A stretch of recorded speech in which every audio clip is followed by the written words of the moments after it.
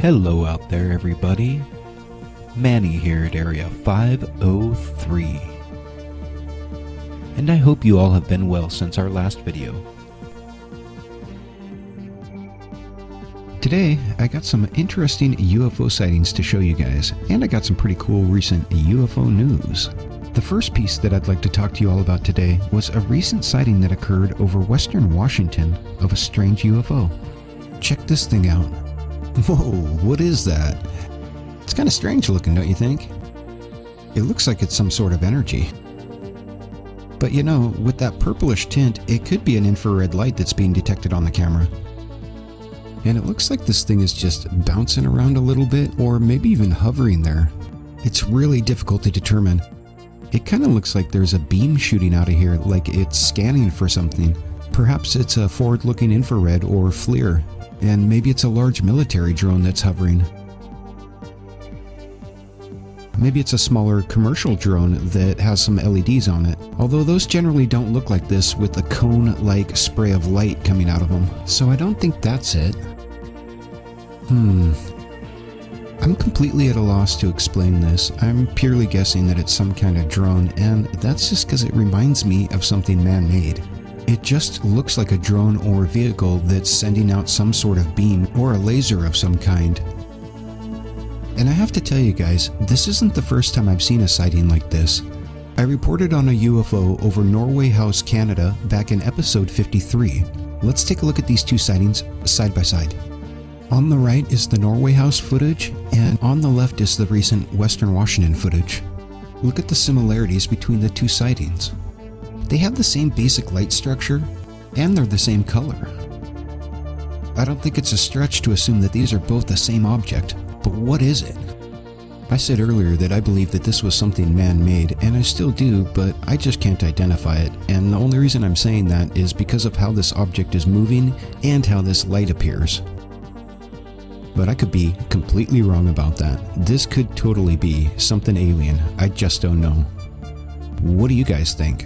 Let me know in the comment section below if you think you know what this is, and maybe we can figure it out together. For now, let's go ahead and move along to our next sighting, which took place over the skies of Japan. People spotted a strange white UFO floating above them in the skies.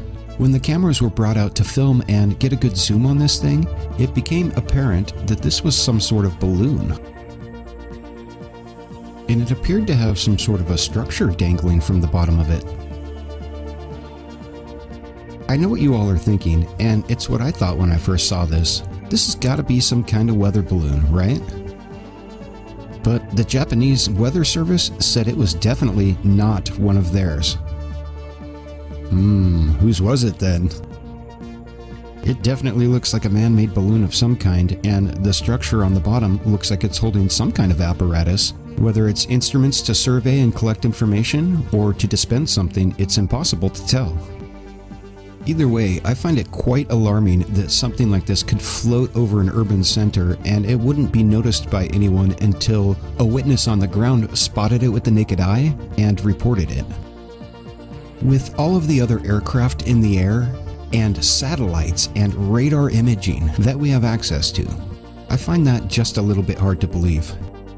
And to be completely honest with you, if I was a citizen of Japan right now, I'd be pretty dang worried. I'd want to know what that thing was and what it was doing up there. Because the idea that somebody might attach an explosive or a chemical or virulent weapon on top of a balloon might seem ludicrous to most people. But in reality, Japan themselves had devised such a weapon back in the 1940s. It was called a Fugo bomb, and it consisted of an apparatus strapped to a balloon that had explosive ordnance. And there was even plans at one point to attach canisters of anthrax to these things and have it disperse over the United States. Yuck! Nasty! And if you think that a balloon from Japan stands no chance of making it to the United States, take a look at this article dated May 5th, 1945. Japanese balloon bomb kills 6 in Oregon. That's right, one of these Fugo bombs made it all the way to Klamath Falls, Oregon. a local Sunday school teacher, her husband, and 5 students were all out for a drive when the teacher became ill. Her husband pulled over and the teacher took a little walk with the students while he remained at the car and spoke to some local road crew workers. The teacher and the students were about 100 yards away from the car when she turned to her husband and proclaimed, "Look what I found, dear." Suddenly, a massive explosion occurred, and the teacher and all 5 students were killed. What? That's terrible. Oh my God. And so, the only United States casualties on U.S. soil during World War II were these 5 Sunday school students and their poor teacher that were on their way to a picnic. That's tragic. Like I said before, the folks over in Japan have a reason to be concerned by this because that balloon could have been dropped by anyone and could be carrying anything, and I for one would want to know what it was if I was them. I'm a little surprised that their military didn't go and shoot this thing down to retrieve it and try to analyze it to see where it come from. But maybe they did and they just didn't tell anyone, because some of the witness accounts claimed that this balloon just disappeared in a puff of smoke when a helicopter approached it. Did it disappear, or was the balloon shot?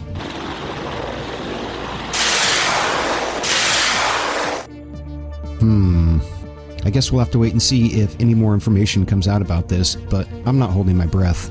What do you guys think that balloon was that was floating over Japan? And what was that apparatus that was on the bottom? Let me know in the comments section below. For now, let's go ahead and move along to our next topic. Aliens were the subject in a touching father-son Father's Day special on the YouTube channel Triggered. There was a significant amount of hype about this being some sort of major disclosure event, which shocked me because it seemed out of the blue. But nevertheless, I was obviously intrigued, so I had to tune in. It was an interesting piece. It looked like it was filmed in the White House even. Dang! This is looking like it might actually be something important. Before you leave office, will you let us know if there's aliens? There are millions and millions of people that want to go there, that want to see it. I won't talk to you about what I know about it, but it's very interesting. But Roswell's a very interesting place with a lot of people that would like to know what's going on. So you're saying you may declassify? Oh. You'll take it? Well, I'll have to think about that one, right? I'll have to think. Okay. Yeah. Good. Okay? Yep, so that's all I had to say, and I don't know about you guys, but I'm a little bit disappointed here. I suspect this might be a less than sincere campaign promise. I mean, why is there a sudden interest in releasing information about Roswell and UFOs? It seems to me that he's had 3 years to do whatever he wanted to try to progress that agenda and to get the information out there, if it was really important to him. I, Donald John Trump, do solemnly swear. It's very suspicious, especially when you consider the fact that just last year, the president had this to say about UFOs. In the last couple of weeks, we're reading more and more reports of Navy pilots seeing lots and lots of UFOs. Have you been briefed on that? What do you make of it? I have. I think it's probably, I want them to think whatever they think. They do say, I mean, I've seen and I've read and I've heard, and I did have one very brief meeting on it, but people are saying they're seeing UFOs. Do I believe it? Not particularly. You gave an interview the other day in which you said you've been briefed on unidentified flying objects. Are they real? Well, I don't want to really get into it too much, but personally, I tend to doubt it. I'm not a believer, but, I guess anything's possible. We spoke to a government official recently who said the U.S. government had wreckage from a UFO in a facility on an Air Force base. Are you familiar with that? I haven't heard that, no. I haven't heard that. It has not been within government, has not been a big thing, but I've seen it. So yeah, I can understand why people might get excited because the president's talking about aliens and Area 51, but don't blow it out of context. Let's wait and see what he does, as opposed to what he says. And I don't know about you guys, but I really didn't like the look on his face when he told his son, "I'll have to think about that." So you're saying you may declassify? You'll take it? Well, I'll have to think about that one, right? All right. I'll have to think. I've seen that look on a parent's face before, and it normally means, no way, kid, now leave me alone about it. But aren't you cute? What do you guys think? Is the president planning some form of major disclosure? Was this just a play for votes? Or was this just a loving chat between a father and son on Father's Day? Let me know what you guys think in the comments section down below. And while you're down there, the links for my source material are right there, so if you want to go watch the source footage for yourself, do it! Then make up your own mind. Don't take my word for it. All the information's there. Anyhow, that's all I got on UFO sightings and UFO news for now, guys. I'd like to take this chance to thank the Truth Troop, that's Mr. and Mrs. Bubbles and Tim.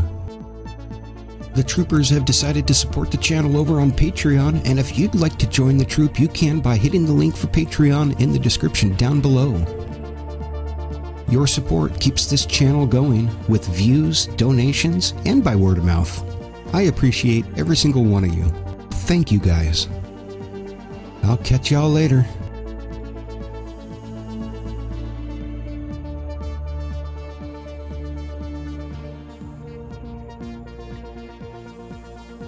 As always, this has been Manny at Area 503. And I wish you all the best until we meet again. And I am out of here to continue my search for universal truth.